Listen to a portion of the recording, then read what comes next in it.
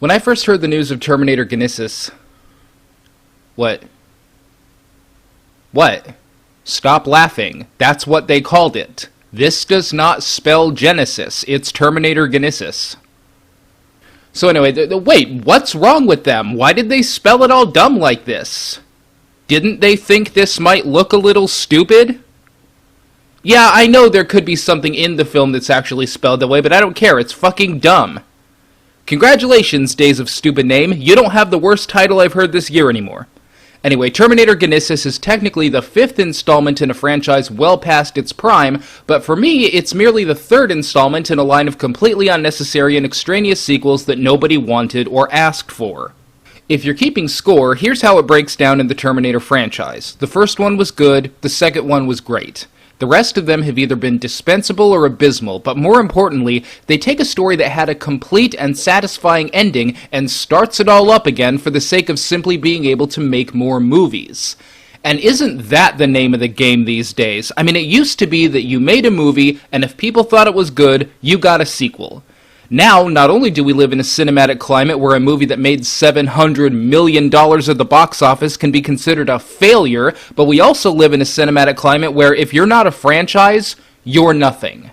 And it seems nowadays that every first film in a planned franchise is designed to get some sort of ball rolling, just to keep it rolling until it goes off a bridge and dies. Why do we have 3 shitty Hobbit movies instead of just one decent one? Because of that thing I said. And that's certainly how this trailer came across to me. It's how Paramount is hoping it came across to you as well, because they've already planned 2 sequels between now and 2017. For a movie that no one has fucking seen yet. Because that worked out so damn well with The Amazing Spider-Man 2, when they announced ASM 3 and 4's release dates before 2 was even released, and then had to cancel the shit out of them after ASM 2 failed to meet expectations. Yes, I am going to get around to reviewing that. What do you want? I completed some of it, but my old computer committed suicide and the project went with it, so I got a new one and I've been trying to start it up again, but I've had even more to say after seeing it a few times, and I've been busy with work in the holiday seasons. What do you want from me? The trailer starts out with the dictation of the same fucking plot we all know by now, with John Connor sending Kyle Reese back to protect Sarah Connor from a Terminator, but in the middle of the trailer it is revealed that something got sent back before that and fucked up the whole timeline, opening a door for all sorts of unnecessary shenanigans. Age being one of them, it seems. In fact, the age spectrum was laughably off balance even in that area for me. On the one hand, Arnold Grandpa Schwarzenegger seemed particularly 67 years old, but then on the other hand, it seems that Kyle Reese accidentally went back to a time where Sarah Connor was 9 years old. It goes through the motions, showing off a bunch of Terminator elements that we've all seen before: T-1000, car chases, exploding things, and that old chestnut, I'll be back. In fact, it was less like a trailer and more like a short clip episode, except updated in beautiful, stunning HD, which doesn't do anything for this particular universe. One of the things that made the Terminator franchise stand out among the pristine sci-fi movies of its day is just how gritty its style and setting was, but everything in this trailer came off just a bit too clean. But other than that, 5th verse, same as the first. Everything you know from the first 2, except, again, oh yes, the aforementioned timeline being all fucked up. Someone going back before Kyle Reese went back, and now history is all alternate and everything, so that we can start anew.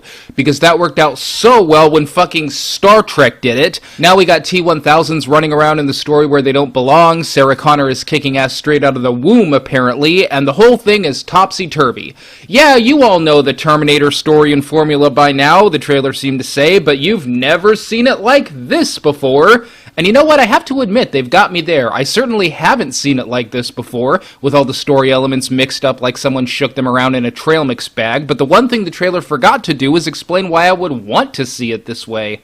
It's the mantra I maintain whenever an unnecessary remake or reboot comes along: why bother when we can all just watch the good ones again? See, I can still sit down and watch the first 2 Terminator films and still glean just as much interest and joy as I did watching them the first time. So why the fuck would I want to sit down and meander through a retread with nothing to offer but a big time paradox? That would be like making a Back to the Future sequel where Marty McFly just has a sightseeing tour of the first film. Oh wait, they actually did that. And yes, Terminator Genisys will probably be that bad. So I'll just watch the ones that are already good, thank you very much. It's just another example of how movie studios these days are not really studios, they're necromancers, resurrecting great franchises from their peaceful slumber and forcing them to shamble around groaning, "Franchise! Franchise! Money!" And this whole venture is made equally pointless in that it seems to be another setting the pieces up on the board but not actually playing yet films. It seemed to say, don't bother expecting this to be particularly good or even a decent film in its own right, we just need to set the stage for the real movies we're going to be making later on. Which, if they follow the new Star Trek movie playbook, will be the same fucking film with a slightly increased budget and inflated expectations.